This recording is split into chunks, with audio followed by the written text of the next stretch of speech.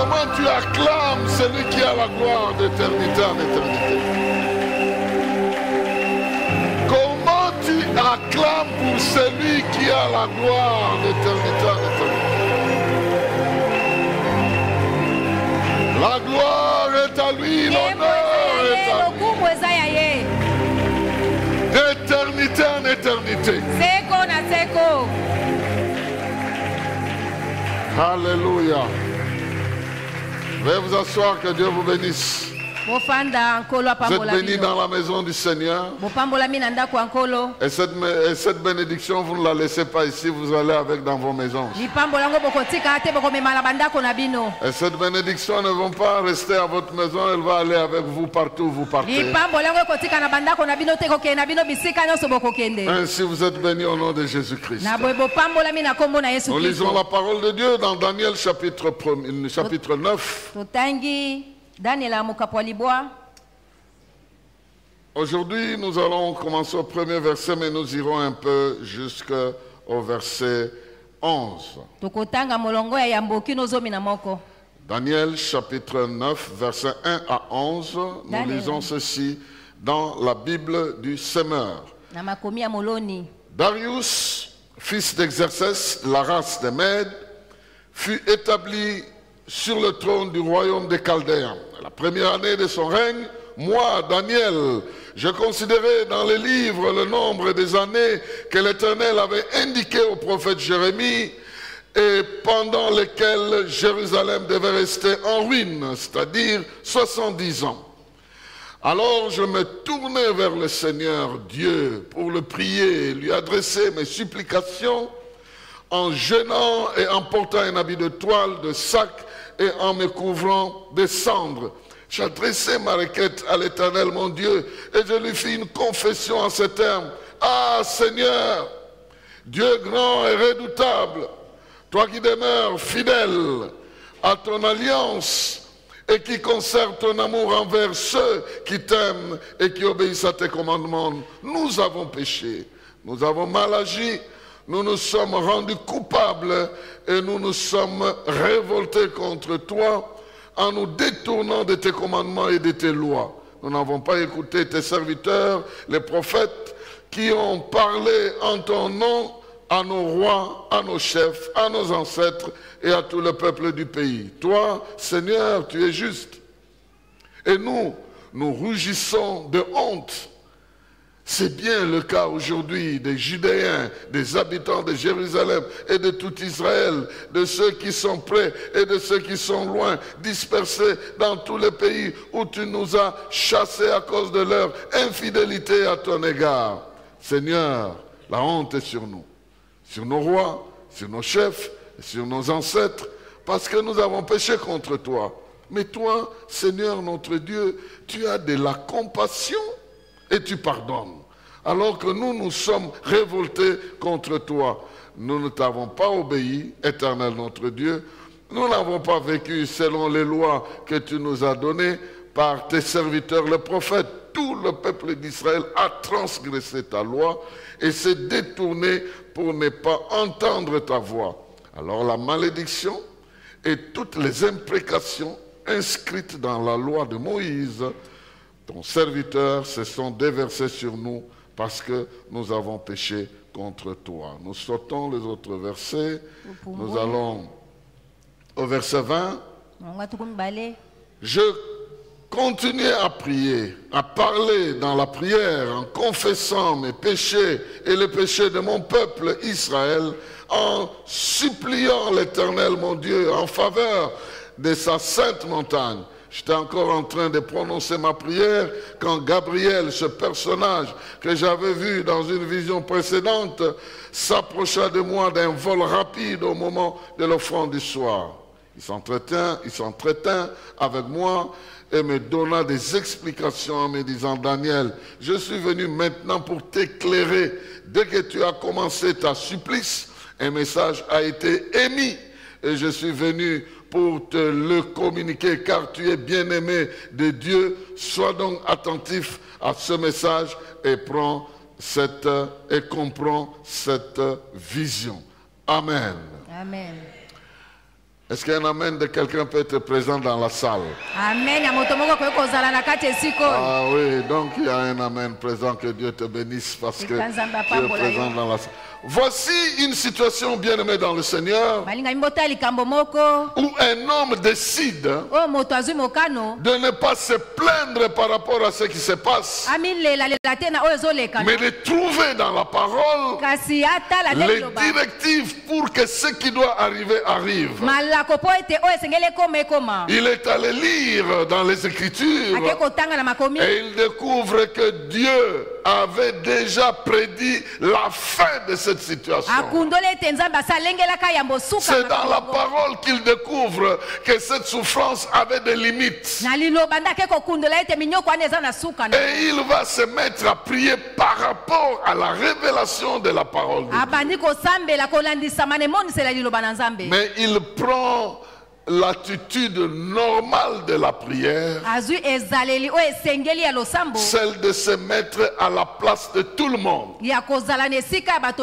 Si tu te mets à ta propre place, tu seras béni seul. Si tu te mets à la place de tout le monde, tu deviendras le canal de la bénédiction de tout le monde. Alors il s'est mis à la place de tout le monde et il a confessé le péché que même lui-même n'avait pas commis, même que les ancêtres avaient commis. Donc ici ce soir, nous voulons parler de l'importance de la repentance pour provoquer la transformation que nous attendons de la part de Dieu.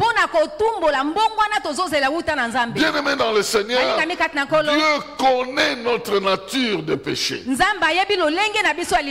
connaît que nous avons péché. Dieu a l'intention de nous pardonner de nos péchés. Dieu n'a aucun intérêt de nous voir rester dans cet état de péché. Il n'a aucun intérêt. Parce qu'il connaît les dangers du péché dans la vie des êtres humains. Il y a ce péché qui sont comme individuels, mais il y a des péchés qui prennent toute la société entière en étau. Et c'est à ce niveau de péché que Dieu cherche des intercesseurs afin qu'ils guérissent l'ensemble du pays. Donc Dieu avait déjà dit par Jérémie que vous allez faire 70 ans. Lorsque les 70 ans seront accomplis, moi, l'Éternel des armées, je veux retourner ce peuple ici. Car je connais les projets que j'ai formés sur eux. Les projets de bonheur et non de malheur. Il a parlé ainsi au peuple d'Israël. Maintenant que vous êtes en train d'aller en exil, sachez que vous ne resterez pas là pour toujours. Vous reviendrez ici et vous m'adorerez encore. Mais je vous donne le temps pour réfléchir sur les conséquences de vos actes. Et lorsque vous réfléchirez sur les conséquences de vos actes, vous allez prendre des engagements pour ne plus jamais le refaire.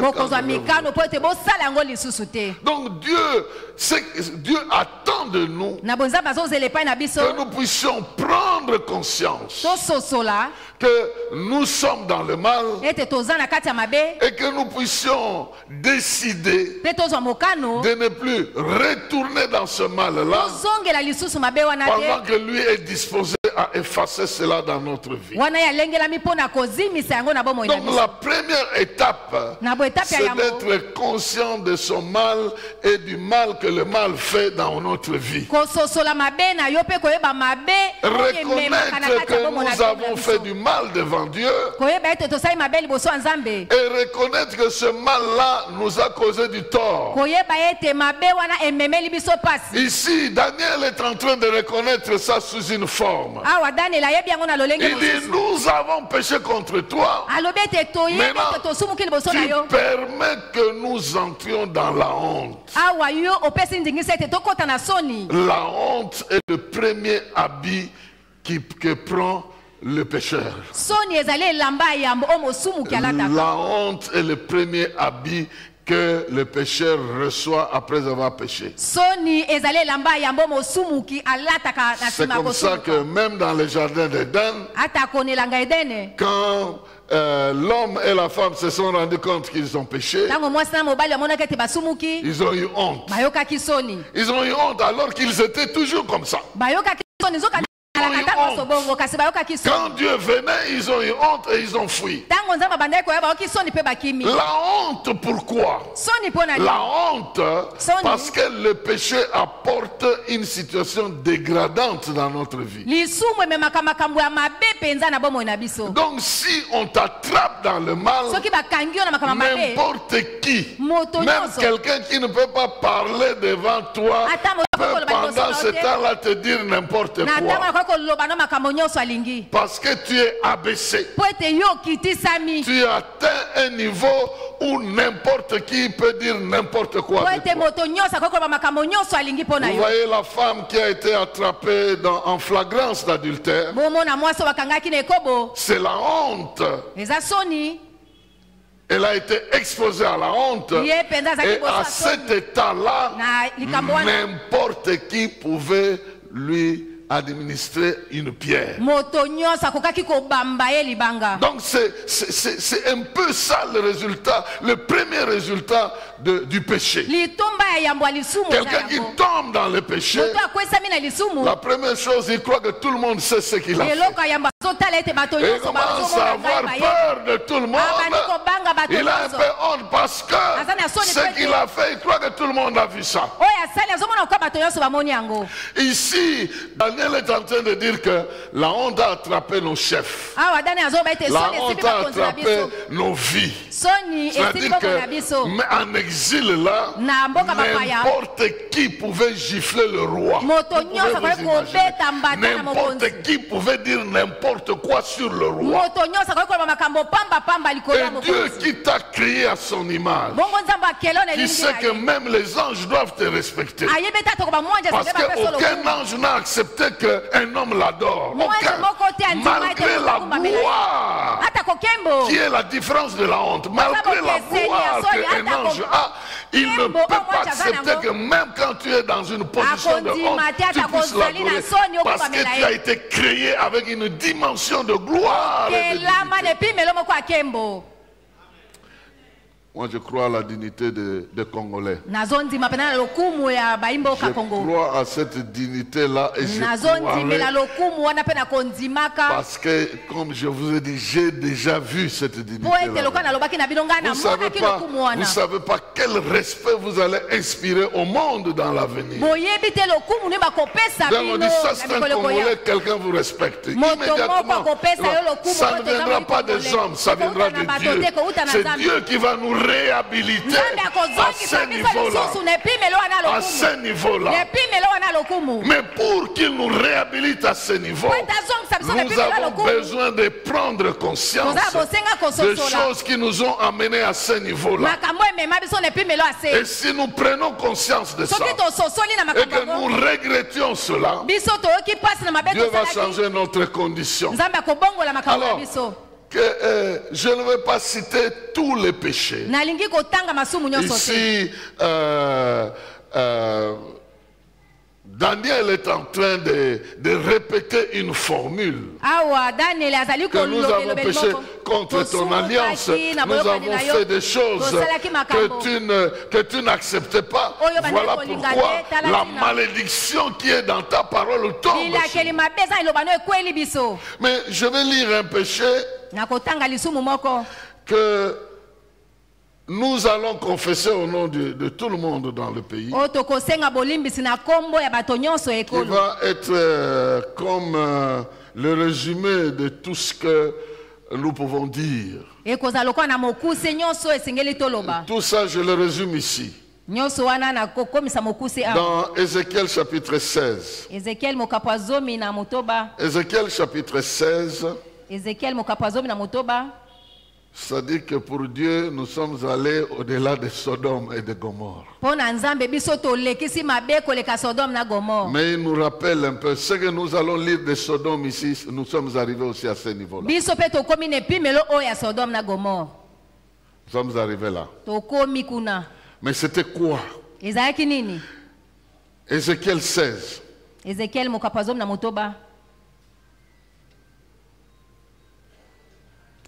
Verset 47, à partir du verset 47. Tu ne t'es pas contenté de suivre un peu leur chemin et d'imiter un peu leurs pratiques abominables, mais tu t'es montré bien pire qu'elles dans toute ta conduite. Aussi vrai que je suis vivant, le Seigneur le déclare, l'Éternel. Sodome, ta sœur et ses filles n'ont jamais agi aussi mal que toi et tes filles. 49. Voici quel était le crime de Sodome, ta sœur. Elle et ses filles étaient devenues orgueilleuses parce qu'elles vivaient dans l'abondance et dans une tranquillité insouciante.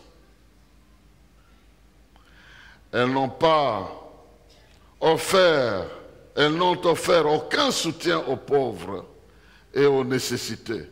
Elles sont devenues hautaines et se sont mises à commettre sous mes yeux des actes abominables. C'est pourquoi je les ai fait disparaître comme tu l'as vu. Quelqu'un dit Amen. Amen. Voici ce que Dieu reproche à Sodome. Bien sûr que nous avons une image des abominations sexuelles de Sodome. Donc, on est allé là. Mais avant tout, ça n'a rien à voir. Avant tout. Dieu dit, il a béni Sodome comme il peut bénir tous les peuples. Les gens ont reçu l'abondance. Comme chez nous ici, il y a des gens qui pour la première fois sont tombés sur $100,000. $1 million. Il attrape la folie. Ce qui est arrivé chez Sodome, ils ont reçu des richesses. Peut-être qu'ils n'attendaient pas. Ils se sont enrichis. Et comme ils ont atteint le degré de la richesse qu'ils ne pouvaient même pas imaginer, ils sont devenus orgueilleux. Maintenant, ils commencent à regarder mal les gens qui ne sont pas arrivés à ce point-là. Donc, ceux qui n'avaient pas de moyens étaient chosifiés. Parce qu'eux, ils avaient des moyens. Maintenant, à ce niveau-là, au lieu de partager ce qu'ils avaient avec les pauvres, ils font soumettre aux pauvres des pratiques abominables pour les faire accéder à un peu de moyens. Donc maintenant, ce sont leurs sentiments débordés qu'ils vont essayer d'imposer dans la société. Parce que quand un pauvre est pauvrement pauvre, tout ce que tu vas lui proposer comme solution pour essayer de réussir, il va accepter ça. Donc Dieu a vu que ceux qui avaient des moyens ont imposé une mauvaise pratique à ceux qui n'en avaient pas pour les dominer.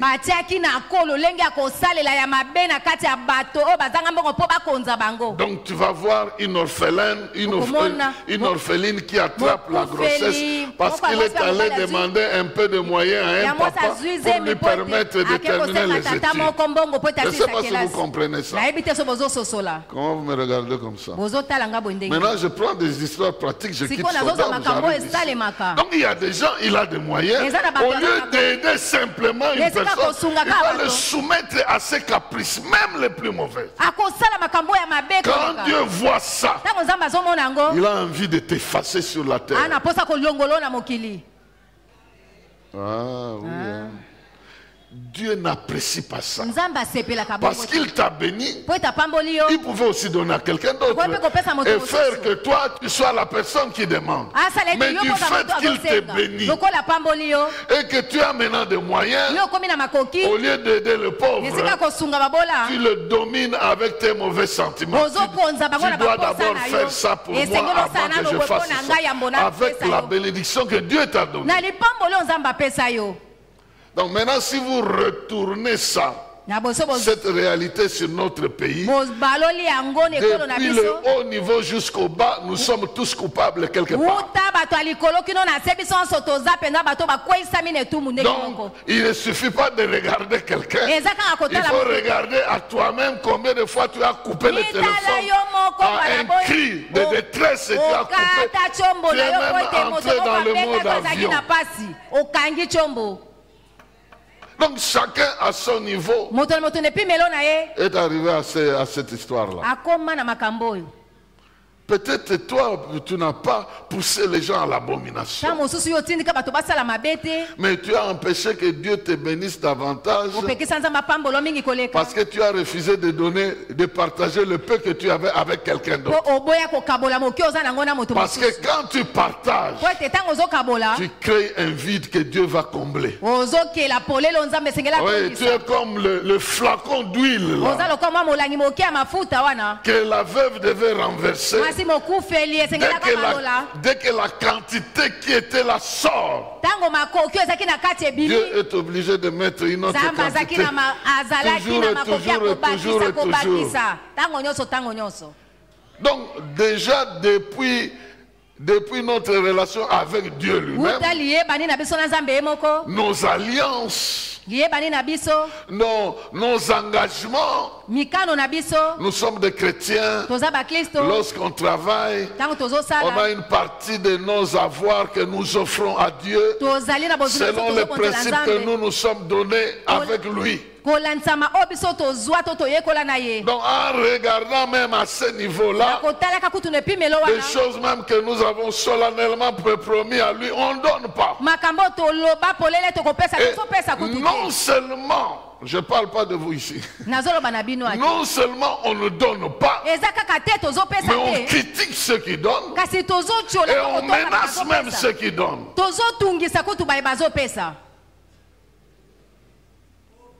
Les gens ont menacé. L'église est en train de voler les pauvres. Maintenant, comment on demande aussi à l'église de donner pour l'effort de guerre? Parce que certaines personnes croient que les pasteurs volent l'argent des pauvres. Maintenant, cette notion, elle existe ou elle n'existe pas? Je le dis, c'est pour vous montrer que nous sommes descendus jusqu'au niveau où on devait descendre. C'est pour dire que ceux qui condamnaient ne devaient pas condamner parce qu'on ne vole pas les pauvres, mais c'est un système que Dieu a prévu pour bénir les gens.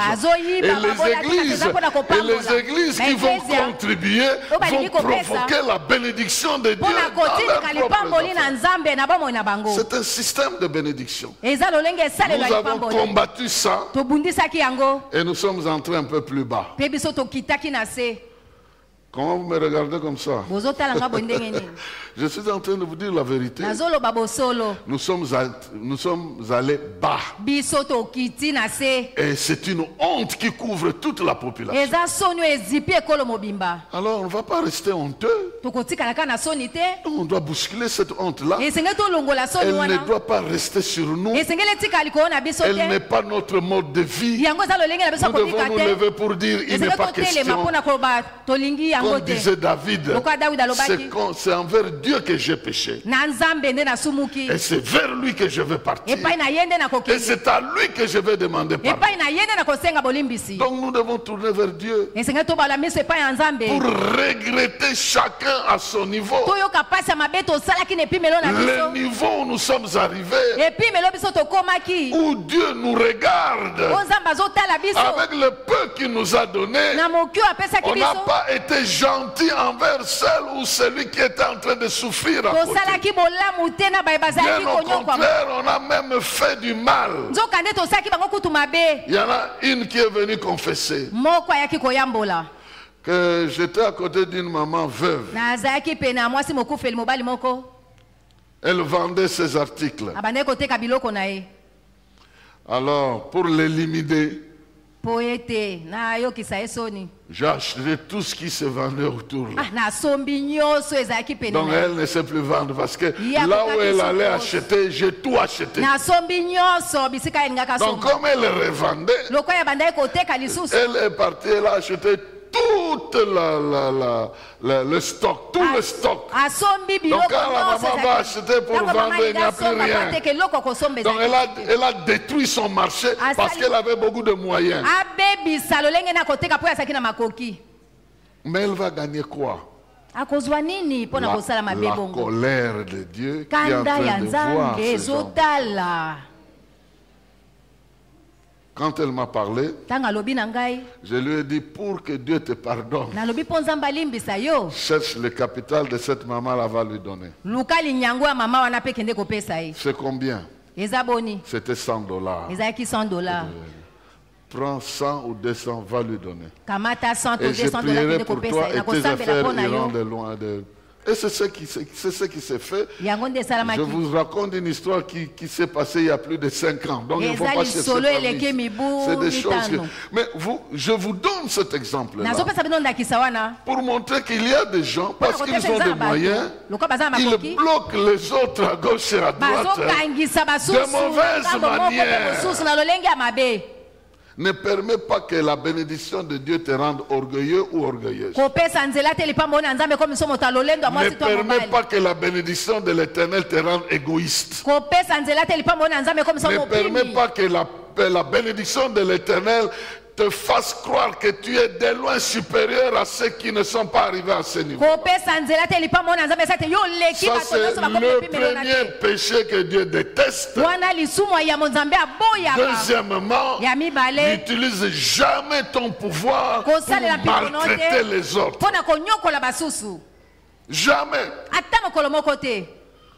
Tu peux être père, tu peux être dans la famille, tu es un oncle. Tu es un oncle et tu sais que cette nièce-là, je ne vais jamais manger son, comment dire, sa dot, elle va rester comme ça. Maintenant,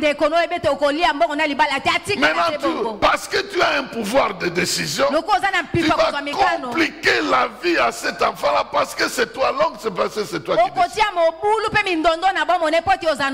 Quand Dieu regarde comme ça, il sait que tu es un oncle qui ne doit pas rester sur la terre. Je ne sais pas si vous comprenez, c'est comme ça qu'il y a des choses, bien que tu sois là, je ne justifie pas ça, mais l'enfant tape le câble là et puis elle s'en va sans même s'occuper des oncles. Elle est partie. Je suis en train de relever un mal qui est commun. Et nous avons besoin de nous repentir de ça. Vous savez, quand quelqu'un a trop souffert, il est disposé à n'importe quoi. Et comme il y a cette sorte de souffrance-là qui nous a caractérisés, nous avons développé le niveau le plus élevé de fraude, du faux et de l'usage du faux d'une manière incroyable. Donc, le Congolais est connu comme un spécialiste dans l'usage du faux.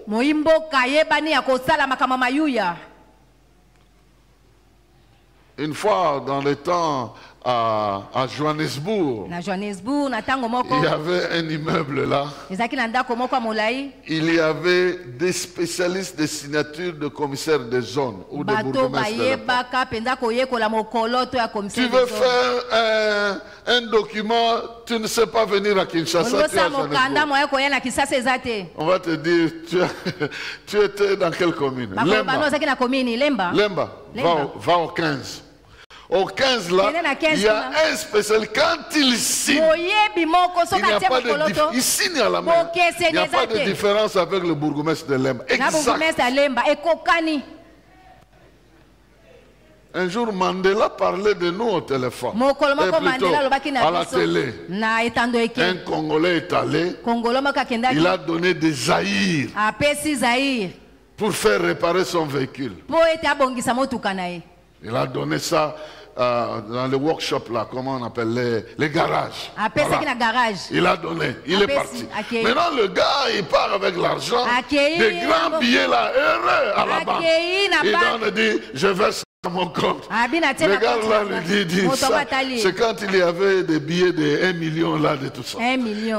Il a dit ça. Ça ne vaut même pas les papiers de toilette là. Donc si ça ne peut même pas acheter des papiers de toilette. Et le gars est passé à la télé. Hein? À tel point que même Mandela avait aussi suivi ça. Et Mandela dit ceci. Je ne vais pas reprendre en anglais, mais je dis seulement en français. Lorsqu'il s'agit de drogue, vous ne verrez pas les Congolais.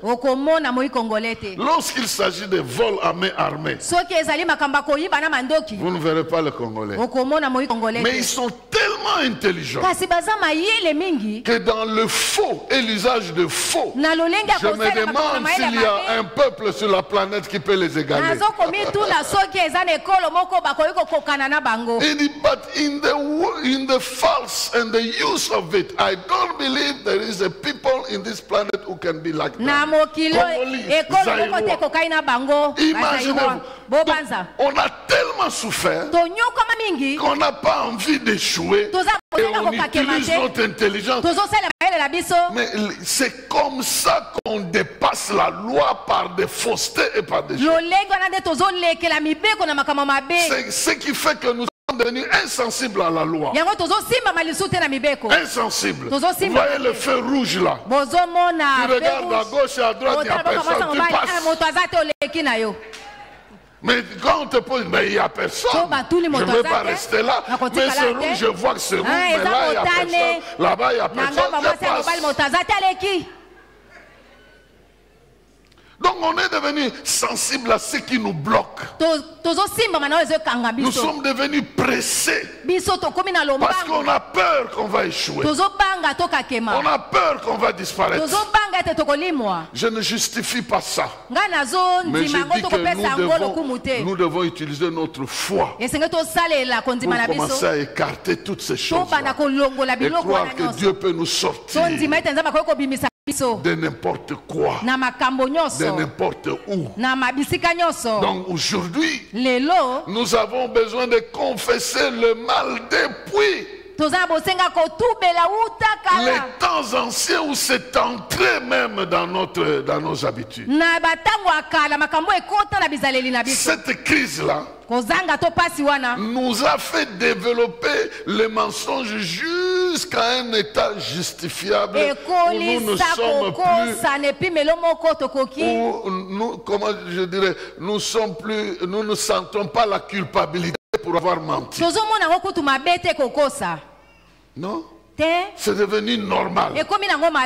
Dans l'église, on va te voler le téléphone pendant l'adoration. Comme celui qui adore, il est dans l'église. Mais comme il a un problème à la maison, et il voit qu'il y a un téléphone qui chôme là, il ne va pas regarder le téléphone d'autrui. Il va regarder son problème qui risque de ne pas être résolu. Et il va prendre le bien d'autrui pour justifier ce qu'il fait. Un jour au stade ici, il y a un prédicateur qui prêchait là. Maintenant, un Congolais, il prend la parole, il est en train de parler, il donnait une information du prédicateur. Maintenant, il dit à l'interprète, Bukaye Lokuta. Nous étions au stade. Pendant l'évangélisation. Et celui qui est là, c'est un pasteur. Et il dit à l'interprète, Bukaye Lokuta. Donc on ment. C'était, et tout le monde a rigolé. C'était normal. Refuse de traîner dans ta vie des mauvaises valeurs et tu les laisses dans ta vie comme si c'était normal. C'est là notre problème. C'est notre problème. Nous avons justifié le mal et nous vivons dans ce mal parce qu'on ne sait pas rien faire. Lorsque vous allez dans certains endroits, on va vous dire qu'il y a un mensonge qui est bon. Donc ça se trouve ici chez nous. Le bon mensonge là. Alors, et pour notre propre vie, et pour le pays dans son ensemble, nous avons besoin de refuser cette honte-là et nous repentir par rapport à nos habitudes qui nous ont amenés à la honte. Vous pouvez vivre avec un chef. Ici, dans l'administration publique, c'est lui seul qui va en mission, lui seul. Il ne t'enverra pas en mission, jamais, il va te bloquer. Mais le travail, c'est toi qui fais, préparer les rapports, préparer ceci et tout ça. Mais quand il faut avoir quelque chose, rien. On a vécu dans cette peur-là. La pauvreté nous a rendus peureux par rapport à même toi, on te nomme ministre aujourd'hui.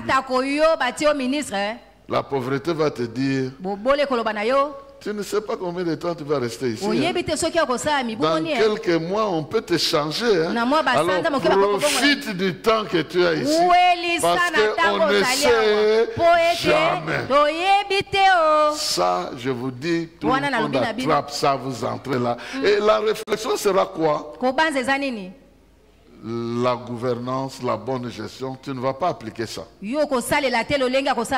Donc, c'est entré endoctriné, devenu notre habitude. Et nous devons nous battre contre ça. Mais Dieu peut commencer à bousculer ces habitudes en nous-mêmes. Et si ça peut commencer par toi, alors la délivrance peut passer par toi. Alors Dieu va te localiser à dire, ah, donc lui, je peux lui donner des responsabilités ici. Il ne fera pas comme tout le monde. Tu vas attirer les bénédictions de Dieu dans ta vie. Parce que je suis sûr que Dieu est en train d'identifier des personnes qui doivent jouer des rôles clés dans certains endroits. Afin que ce qui doit changer, change. Afin que même dans la société, certaines choses deviennent des réalités. Peut-être que tu es cette personne-là, mais tu dois te repentir. Alors il y a trois choses à faire. La première, c'est reconnaître que le mal nous a amené le mal. C'est la première chose. La deuxième chose, j'ai déjà parlé de cette première chose. La deuxième chose, c'est de regretter que tu sois arrivé jusqu'à ce niveau. Et de ne jamais accepter d'être à ce niveau-là, quoi qu'il en soit. La Bible nous parle d'un jeune homme qui a détruit les richesses ou sa part de richesses. Dans Luc 15, ce jeune homme a pris l'argent qui déterminait son avenir. Il a tout détruit. Et il a eu la honte. Et il est allé travailler dans un endroit où il devait partager la nourriture avec les cochons. Mais il n'a pas accepté de rester là. Il a commencé à réfléchir en disant, dans la maison de mon père, il y a des travailleurs qui sont dans de meilleures conditions. Nous refusons de rester dans la honte.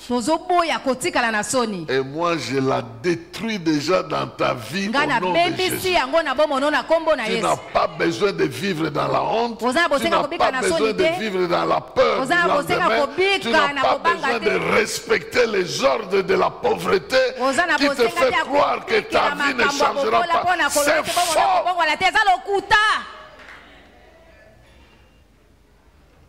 C'est de la bénédiction de l'Éternel que vient la richesse. Cette phrase-là doit te faire comprendre que la pauvreté n'aime jamais entendre ça. Donc, nous devons reconnaître et refuser de rester dans la honte. Troisièmement, nous devons prendre l'engagement. L'engagement de sortir de cette pratique. Et cet engagement doit se prendre avec des promesses qu'on doit donner à Dieu. Parce qu'il s'agit de l'alliance que nous avons brisée et que nous devons nous réengager par rapport à cette alliance. Seigneur, si tu m'ouvres telle porte, je ne ferai plus ceci, je ne ferai plus cela. Je te promets que voici, je donnerai aussi à ceux qui manquent. Je partagerai avec ceux qui n'ont pas. Et je serai fidèle par rapport à toi, à l'engagement que j'ai par rapport à ta maison. Et quand tu te décides de respecter cet engagement, non seulement Dieu te pardonne, non seulement il efface tes transgressions, mais il va te restaurer et te réhabiliter. C'est pourquoi je crois que le Congo sera restauré et sera réhabilité. Restauré et réhabilité, ça va venir. Parce que nous allons nous repentir, pas seulement ici. Nous allons prier tous ces jours. Tout ce qu'on entend là, on va simplement dire pardon. C'est un pardon que nous avons obtenu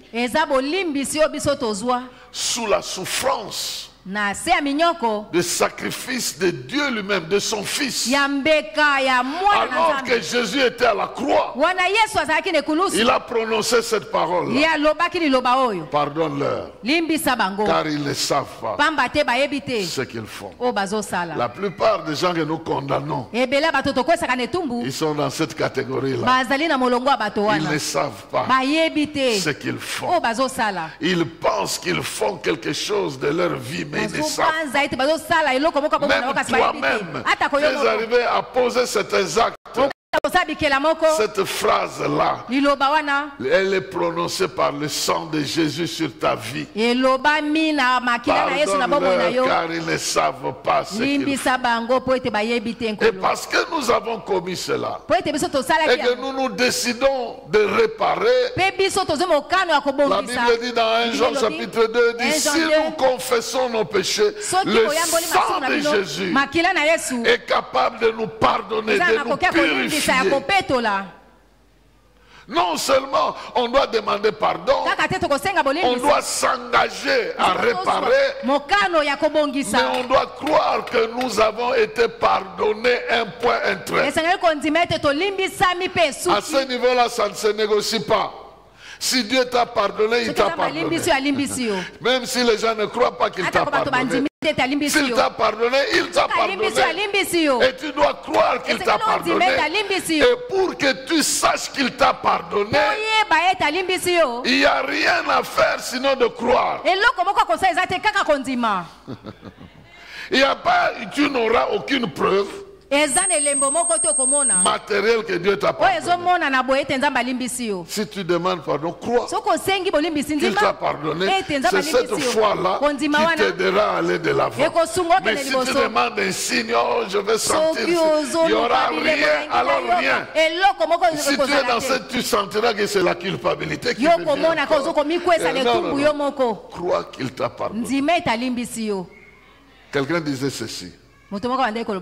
Même si tu n'es pas sérieux en tombant dans les péchés,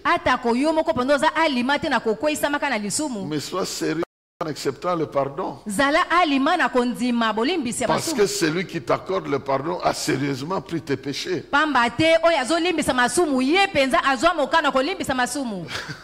Sois sérieux en acceptant ce qui a coûté à Jésus. Maintenant, je dis Nous devons confesser nos péchés. Nous devons regretter cela. Et nous devons refuser de demeurer dans ces conséquences-là. Et nous devons accepter le pardon de Dieu et réparer dans notre manière de vivre. Et lorsque nous réparons dans notre manière de vivre, nous devons croire que Dieu nous a pardonné et nous allons de l'avant. Nous pouvons nous rappeler. Mais ce n'est pas parce que je me rappelle que j'ai péché que ce péché-là est toujours là. Je peux me rappeler, mais Dieu a déjà pardonné ça. Vous croyez que Paul ne se rappelait pas ce qu'il a fait dans la vie d'Étienne? Il se rappelait. Mais ce mal-là était déjà pardonné. Parce que nous on confond quand on dit que quand Dieu pardonne, il oublie. Et nous pensons que nous aussi on peut oublier. Non. Il y a des niveaux où nous on ne va pas oublier. Mais on doit toujours continuer à confesser que ça a été pardonné. Même si je n'oublie pas, même si ça revient en mémoire, mais Dieu m'a pardonné ça. Et comme nous allons nous engager à ne plus jamais provoquer la honte dans notre vie, à poser des actes qui caractérisent notre dignité, Dieu va nous pardonner, il va nous changer, il va nous restaurer, il va nous réparer, il va nous réhabiliter, il va nous responsabiliser, il va nous honorer, il va nous élever, il va nous contrôler, il va nous bénir, il va nous faire progresser, il va nous faire rattraper le temps que les sauterelles nous ont fait dévorer, il va nous élever, il va nous faire rattraper le temps que le mal nous a dévoré. Il restera le Dieu qui va nous amener de gloire en gloire. Il y a des situations où nous sommes arrivés où nous disons que ces Égyptiens que nous voyons ici, nous ne les verrons plus jamais en train de faire ce qu'ils sont en train de faire. Parce que cette fois ici, nous sommes en train d'aller tout droit dans la promesse que Dieu nous a donnée de jouir de l'entièreté de ce qu'il nous a donné. Nous sommes arrivés à un point où la honte est suffisante. Maintenant Dieu sort le Congo comme il a sorti Lot dans Sodome et Gomorrhe. Maintenant ceux qui vont regarder derrière, c'est leur affaire. Mais le Congo va progresser parce que Dieu va le tenir et le sortir. Il va sortir Congo comme Lot. Il va laisser les autres avec leurs projets, pensant que nous irons là-bas, nous ferons ce qu'il y a. Ce rêve-là ne sera plus vrai.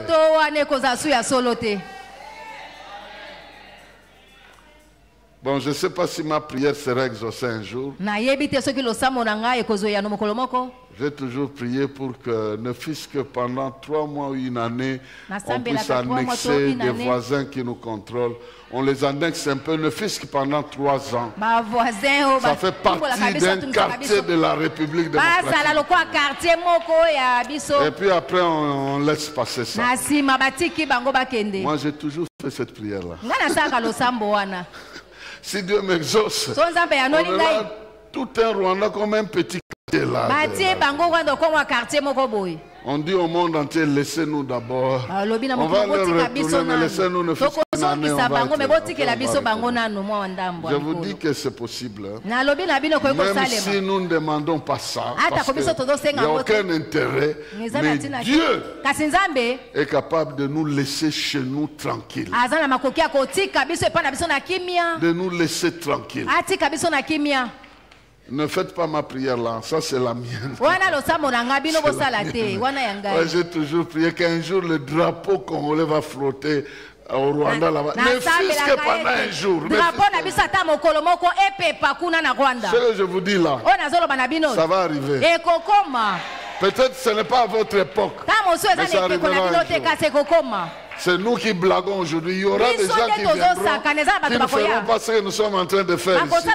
Qui auront déjà le niveau de morale très élevé et qui auront éliminé toutes les formes de vices qui nous amènent ces malheurs ici. Ils ne seront plus là. Et là, notre niveau changera, notre dignité changera.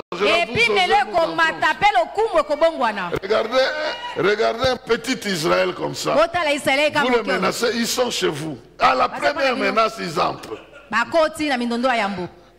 Voilà, nous sommes en train de prier pour notre pays. Mais prenons cette opportunité pour revoir notre vie. Il y a la plupart des cas. Ce qui arrive à notre pays nous arrive aussi au niveau individuel. Même le pain, il n'est pas là. Donc la faim entre dans ta vie librement. Tu cherches l'argent, l'argent te fuit. L'argent te fuit. Et puis c'est comme si je ne sais pas si ça vous est arrivé d'être sur une route. Au loin, tu vois comme s'il y avait de l'eau. Ouais, le reflet là. Il y a de l'eau là-bas. Tu arrives là, il n'y en a pas. On dirait que il y a des gens qui voient des bénédictions. Dieu m'a dit ça va s'arrêter parce que la pluie, la vraie, elle va tomber. Ça ne sera pas une eau que tu vois sur la route. Ça sera une pluie de bénédictions authentique qui doit arriver dans ta vie. Et je suis venu dire que le temps que cette crise est entrée dans ta santé, dans ton argent, dans tes relations, ce temps-là est arrivé, c'est arrêté. C'est arrêté. Dieu veut sortir les étrangers de ta relation afin de te donner ce qui est à toi. Je te dis, tu ne prendras pas ton téléphone pour appeler chaque fois celui qui intervenait pour toi. Il y aura un moment donné, tu n'auras plus à faire ces appels-là. Parce que les appels viendront chez toi pour la solution que tu cherches. Alors c'est à nous à nous dire, dans la maison de mon Père, il y a ce que Daniel est en train de dire ici. L'amour, la fidélité, les compassions. Dieu est compatissant. Dieu est amour. Dieu est fidèle à ses alliances. Et parce qu'il est fidèle à ses alliances, nous avons tout intérêt à dire, à partir de maintenant, je ne veux plus avoir peur que la crise va m'accompagner. Je veux croire que Dieu me fait à ça. Comment il va le faire, je ne sais pas. Mais dans ma vie, je ne veux plus poser des actes de peur, des mensonges pour continuer à vivre. Je ne veux plus prostituer ma foi pour commencer à survivre. Mais je vais lui rester fidèle. Et je sais qu'il ne me laissera pas mourir dans ma fidélité. Il interviendra parce que la Bible déclare, il écoute les justes. Et la prière faite par la foi des justes a une grande efficacité. Il est celui qui restaure nos vies. Il est celui qui répare nos vies. Il est celui qui nous fait répartir sur de nouvelles bases. Il en sera ainsi dans ta vie. On t'appellera ma merveille. On t'appellera la bénédiction de l'Éternel.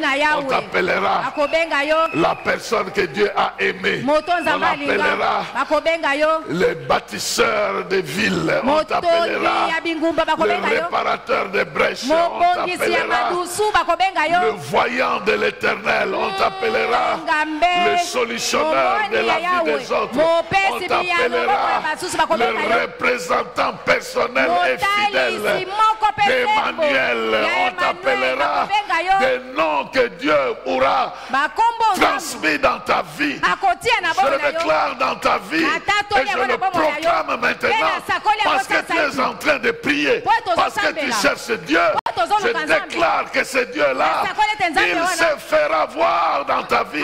Il va se manifester dans ta vie. Il ne restera pas caché. Il va utiliser ta prière. Il va utiliser ta foi. Il va utiliser ton engagement. Il va utiliser ta détermination. Si Israël est retourné à la terre promise à cause de la prière de Daniel, il y a le Congo qui va avoir sa part dans les prières que tu es en train de faire. Il y a le Congo qui va avoir sa part de dignité dans les déclarations qui sortiront de ta bouche. Le Congo a toujours souvent été humilié par ses propres enfants qui l'insultent. Il a tout donné, mais on ne lui a pas tout donné.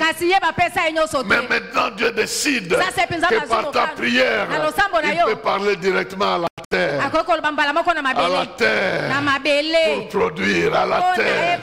La première fois, il a parlé à la terre. La terre a produit des lions, des arbres, des animaux. Il va parler à la terre.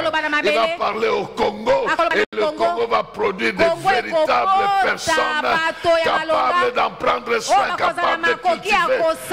Sois prêt parce que Dieu est prêt à parler à la terre. Et la terre va obéir à Adam. Et la terre va t'obéir. Et la terre va t'obéir. Et la terre va t'obéir.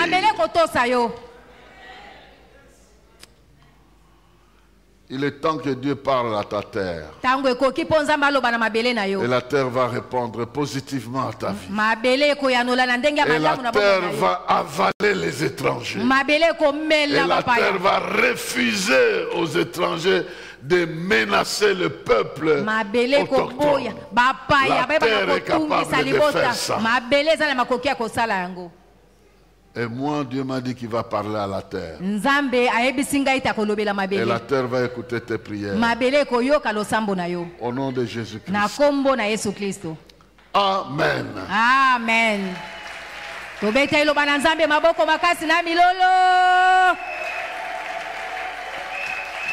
Nous allons tenir debout. Tu vas faire des simples gestes de marcher sur cette terre et déclarer que cette terre écoute la voix de Dieu. Que cette terre écoute la voix de Dieu. Et tu vas déclarer que Dieu te pardonne. Tu vas promettre à Dieu que tu ne vas plus vivre comme tu avais l'habitude de vivre. Tu vas lui obéir. Tu vas marcher sur ses voies. Et Dieu va parler à la terre. Et la terre va t'honorer de ses produits. Et le monde saura que tu n'es pas n'importe qui. Maintenant, regarde au niveau de ta propre vie. Commence à renoncer à ces choses-là. À refuser d'avoir peur de quoi que ce soit. À refuser la honte. Et à demander pardon à Dieu. Toutes les fois que Dieu t'a béni, même avec un petit rien, c'était un signal qu'il peut faire plus. Et maintenant je viens te dire, il fera plus. Maintenant, prends des engagements de ce que tu feras de bien quand il va te bénir. Et renonce à tout ce qui est mauvais. Prions aussi pour la nation, pour nos autorités. Peut-être qu'il y en a qui se sont enrichis au détriment des pauvres. Mais Dieu peut nous pardonner. Et Dieu peut nous redonner la possibilité de progresser. Élevons nos voix et prions le Seigneur.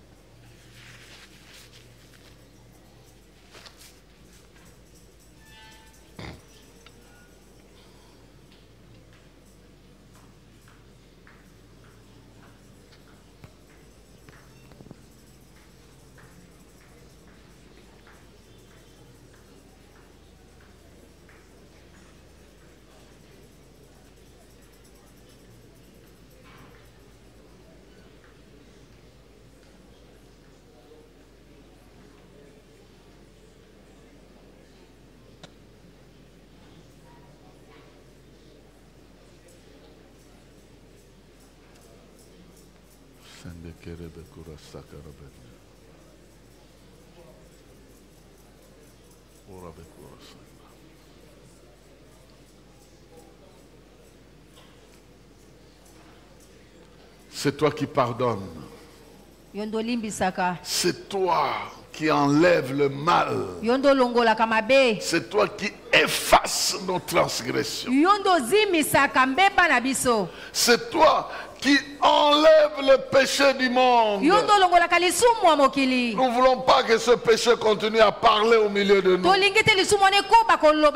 Nous voulons que le sang de Jésus parle au milieu de nous. Nous regrettons toutes les fois que nous avons été orgueilleux, toutes les fois que nous avons été hautains dans notre manière de parler, toutes les fois que nous sommes moqués des pauvres et ridiculisé les pauvres. Toutes les fois que nous avons manqué de nous soucier des pauvres.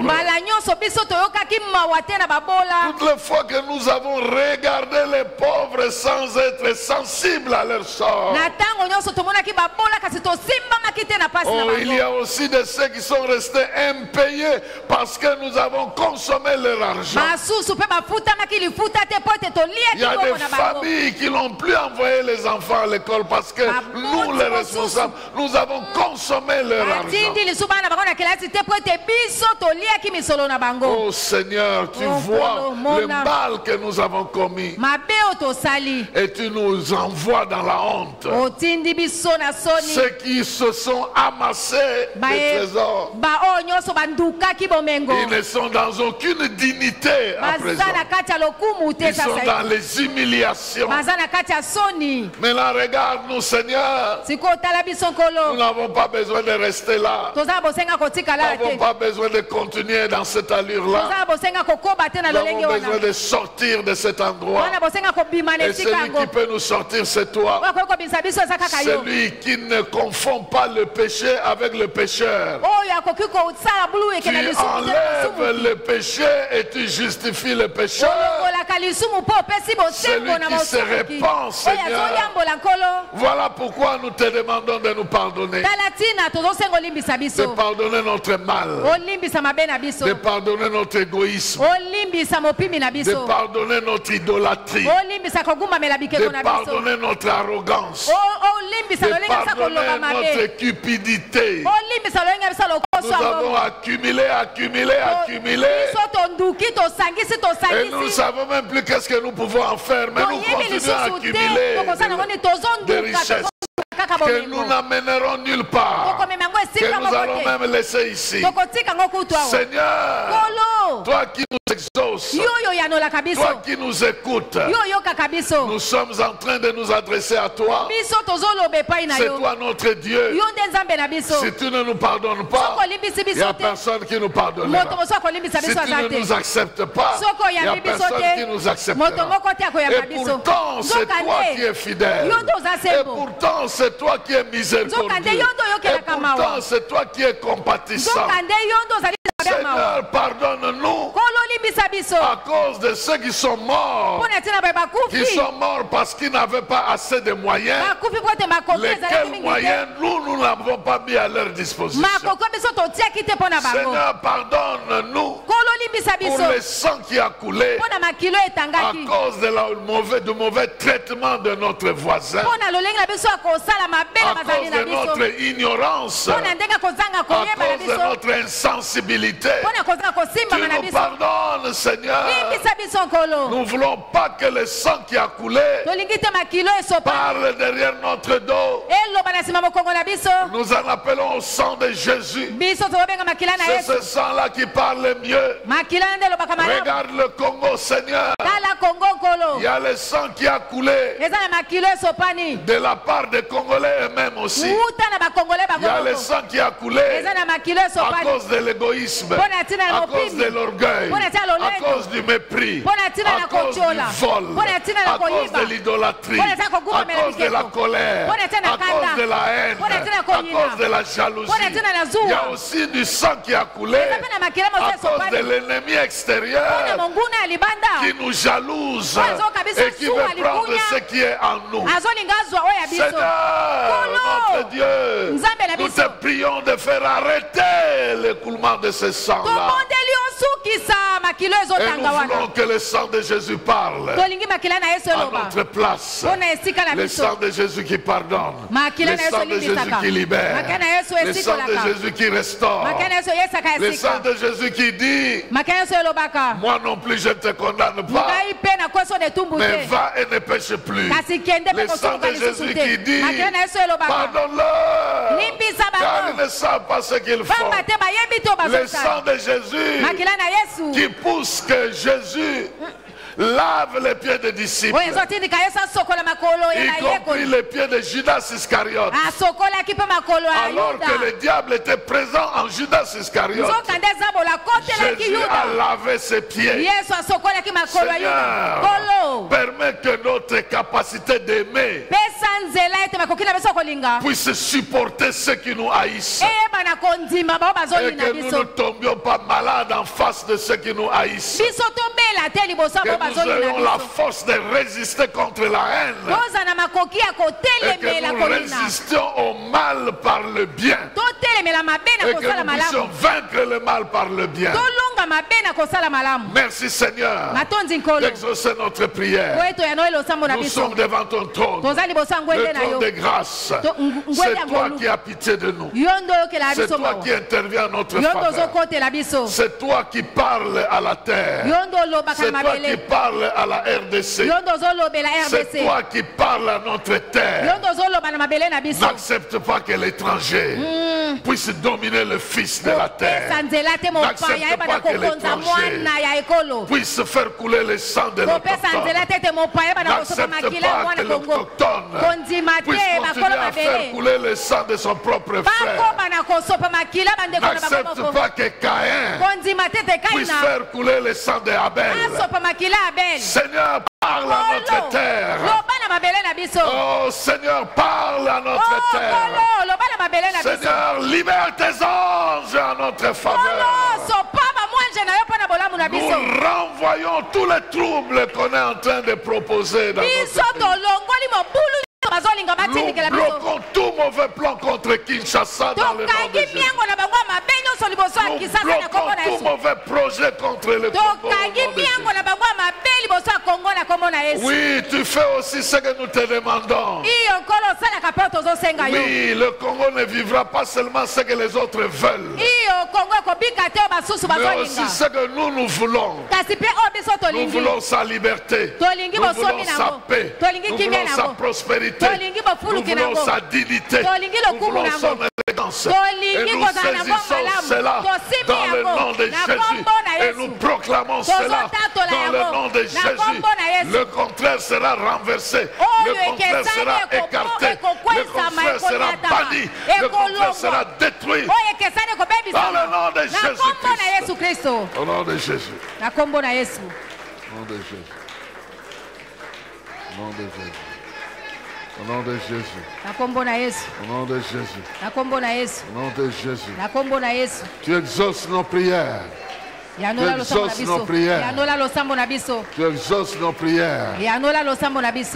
Nous détruisons le règne de la pauvreté. Nous détruisons le règne du mensonge. Nous détruisons le règne de l'avarisme. Nous détruisons tout ce que l'ennemi a semé comme caractère dans notre vie.